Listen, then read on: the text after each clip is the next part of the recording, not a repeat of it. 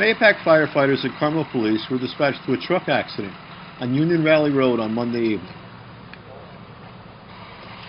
A triaxle dump truck hauling a small front-end loader lost control and rolled over, closing Union Vallet Road in both directions between Lake Lenacom Road and Kia Ora Boulevard. The driver of the truck was able to self-extricate and was transported to Putnam Hospital Center by Mahopac Fire Department ambulance with minor injuries.